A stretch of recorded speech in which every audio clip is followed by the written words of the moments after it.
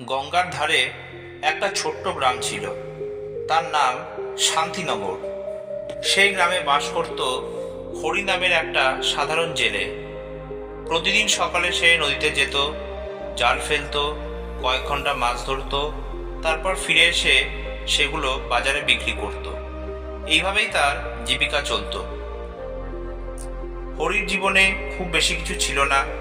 একটা ছোট্ট কুঁড়ে ঘর, স্ত্রী লীলা আর দুইটি সন্তান। তবুও হরি সর্বদা হাসি খুশি থাকত।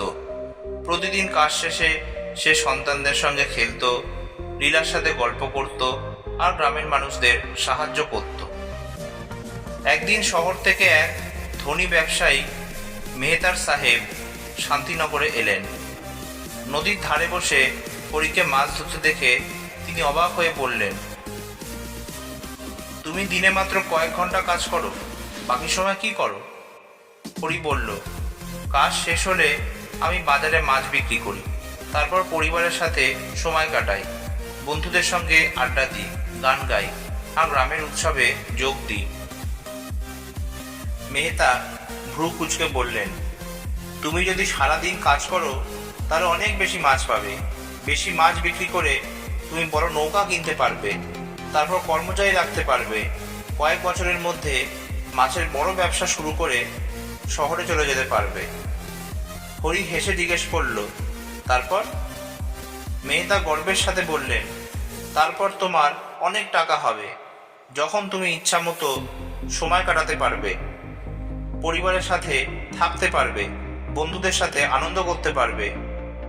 হরি শান্তভাবে উত্তর দিল, কিন্তু আমি তো এখনই এটা করছি, আর তাতেই আমি খুশি। মেহতা কিছুক্ষণ চুপ করে রইলেন। তিনি বুঝতে পারলেন হরি যে সুখ এখন উপভোগ করছে, সেই সুখ পেতে তিনি নিজেই সারা জীবন ছুটে চলেছেন।